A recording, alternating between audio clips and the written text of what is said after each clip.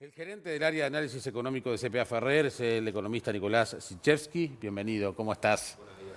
Muy bien. Mucho gusto. ¿Es posible cuando hablamos de datos, de números, como se manejaron ayer, de conceptos económicos, como se manejaron ayer durante toda la interpelación, tener dos visiones tan antagónicas? Bueno, yo no sé si las llamaría antagónicas. A ver, en términos económicos o cuantitativos yo no considero que sean tan antagónicas. Sí, obviamente en términos políticos muchas veces se exacerban esas diferencias. Así que en definitiva creo que el discurso, digo, lo debatido ayer, si bien duró hasta bastante tarde, Sí. en definitiva es un poco lo que nos tiene un poco acostumbrados en el ejercicio de la democracia, en donde la oposición Sí. dice una cosa y el gobierno dice otra. Y bueno, creo que esa es. Que además esa es en un poco este la caso se ha lectura. alternado, porque inclusive uno de los argumentos manejados por legisladores de la hoy oposición citaban a legisladores que hoy están en el oficialismo y que en su momento interpelaron a integrantes del Frente Amplio. Exactamente. Bien, ¿cuál es la realidad? ¿Cuál es la foto de la economía uruguaya hoy? Bueno, la economía uruguaya está en pleno proceso de recuperación del impacto de la pandemia y está en crecimiento, o sea, eso es un dato objetivo de la realidad. Parte de esa recuperación se explica por los sectores que habían estado más afectados. Recordemos que recién a finales del año pasado, básicamente la economía volvió a abrirse prácticamente con todos los motores prendidos. Y otra pata grande, además de la planta de UPM, es el sector agroindustrial, sobre todo el orientado a las exportaciones, porque los precios de exportación están en niveles muy altos. En ese sentido, el contexto externo es favorable para esos sectores, pero no olvidemos que Argentina y Brasil continúan en una situación muy complicada y sobre todo Argentina tiene un impacto relevante en el turismo, no solo en verano, sino en el resto del año, y eso obviamente resta, si se quiere, un poco de impulso al crecimiento de la economía. Si se quiere, el shock vinculado a la guerra entre Rusia y Ucrania no tuvo efectos en lo que es la demanda agregada del exterior, es decir, los precios de exportación continuaron elevados, incluso O sea, ya venían elevados, algunos se elevaron un poco más, no necesariamente los que más produce Uruguay, el trigo, algunos aceites, pero en definitiva sí tuvo y está terminando de tener impactos a nivel de precios en el país, pero en definitiva la economía se está recuperando y con las asimetrías típicas de cualquier proceso de crecimiento. Hay sectores que crecen más, otros que crecen menos, sobre todo en un contexto en donde la pandemia cambió bastante la estructura del trabajo también, ¿no? Además, la pandemia y la guerra, que en definitiva quizás pudo no tener la incidencia que en otros países ha tenido, pero que bueno, es una cosa tras la otra, porque tampoco podemos escapar a la realidad internacional. Exactamente. La guerra, si bien la vemos como muy lejana, sobre todo a nivel de precios de algunos alimentos, ha tenido impactos en el plano local, no tanto quizá, como comentaba, desde el punto de vista de la producción, pero sí desde los precios, y eso en un contexto en donde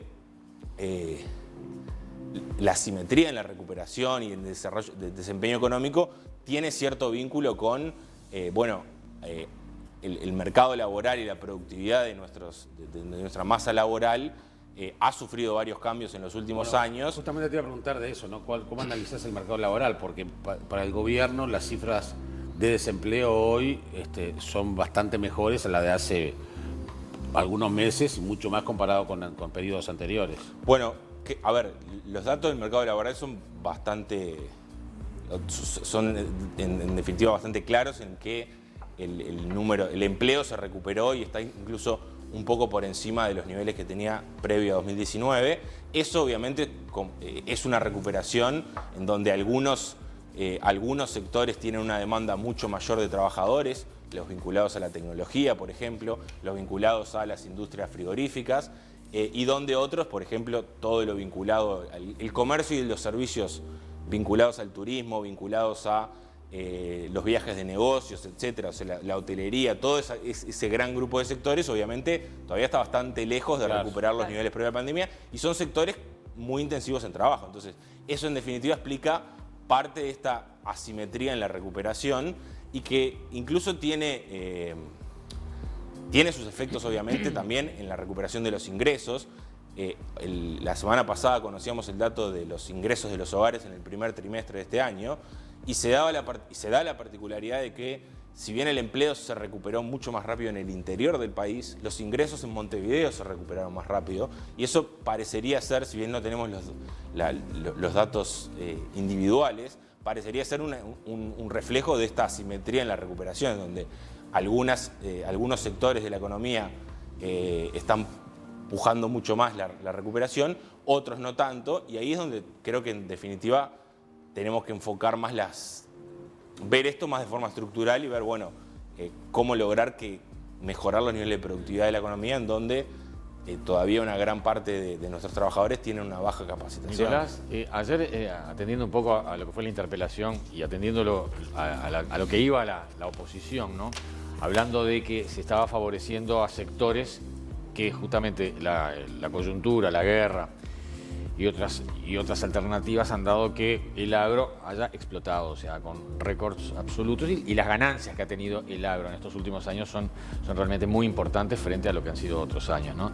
Entonces la posibilidad de la oposición de que la tributación de esas ganancias de alguna manera derrame sobre los que más están necesitados. ¿Hay alguna posibilidad de generar algo de eso, de aquellos que estén ganando hoy? Porque más o menos apuntaba por allí, ¿no? Hablando de los Maya Oro, ¿no? Que se sigue favoreciendo a los que les ha ido tan bien en estos tiempos con los que no les ha ido tan bien. ¿Hay una posibilidad? Que no me queda claro qué es lo que pretende la oposición, qué cambiar para que derrame, ¿no? Porque el tema del derrame también es bastante, no sé, utópico, ¿no? O sea, ver el derrame, si vos repartís siempre va a haber derrame, ¿no? Pero ¿existe alguna chance de que haya una mayor tributación para lo que han sido las grandes rentas de estos últimos años?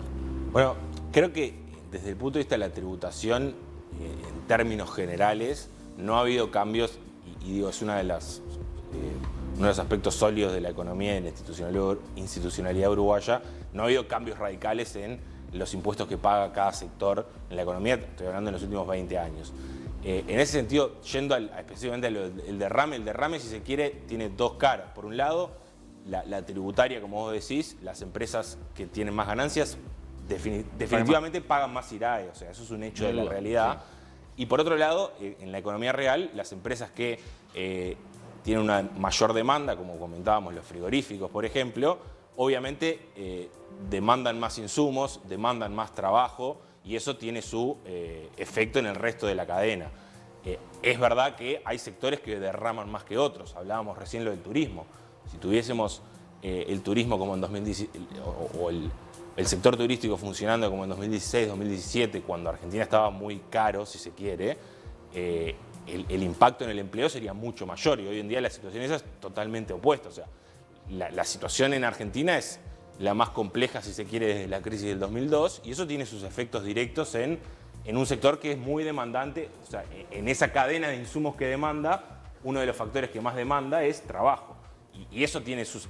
Y ahí es en definitiva por qué hay sectores que vemos que les va bien y no derraman, o pensamos que no derraman tanto, pero es porque demandan tienen otro tipo de insumos en su cadena productiva.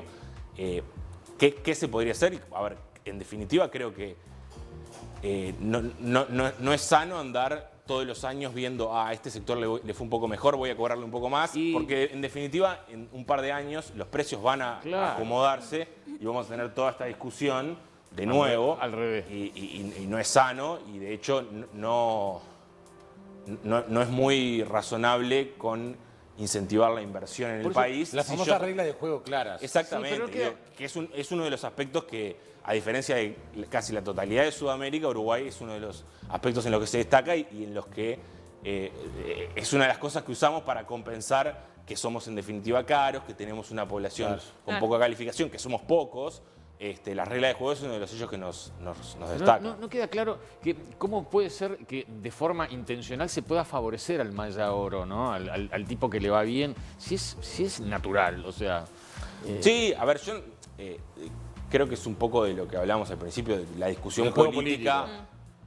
a la externa, ¿no? Digo, yo no sé qué hablan a la interna los políticos, pero creo que es un poco más vinculado a eso, porque en definitiva recordemos que entre 2004 y 2014, cuando se acabó el boom de los commodities anterior, a Uruguay le fue muy bien, a toda la economía de Uruguay le fue muy bien, en parte porque tenía un contexto externo y tenía precios favorables.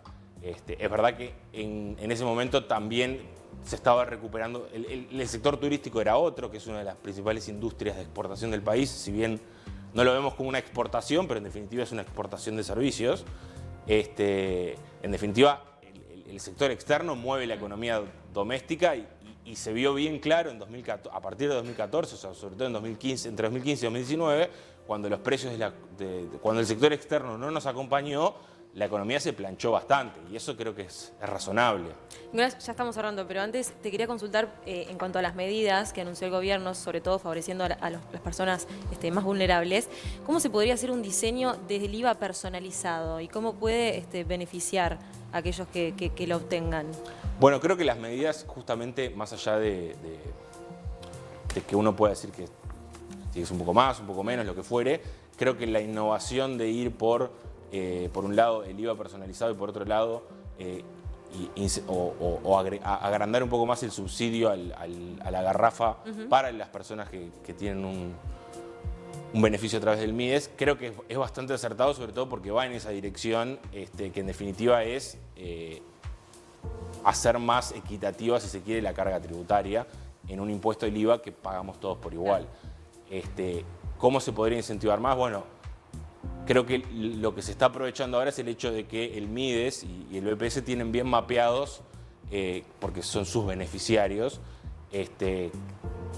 para extenderlo a nivel de toda la población. Por un lado, algo razonable sería incentivar más el uso de dinero electrónico, porque es más fácil de rastrear. También es verdad que otro camino razonable es ir progresivamente reduciendo la carga tributaria del IVA y hacia impuestos más dirigidos a la renta, por ejemplo el IRPF o el IRAE, obviamente con el cuidado de que el IVA representa casi la mitad de la recaudación de la DGI y que tocar el IVA siempre es complicado no, pero hay que tener cuidado. Tocar las finanzas del país. Tocar las finanzas del país, exactamente. Nicolás, muchas gracias por haber venido. No, gracias un gustazo a ustedes. recibirte. Gracias. Muy amable.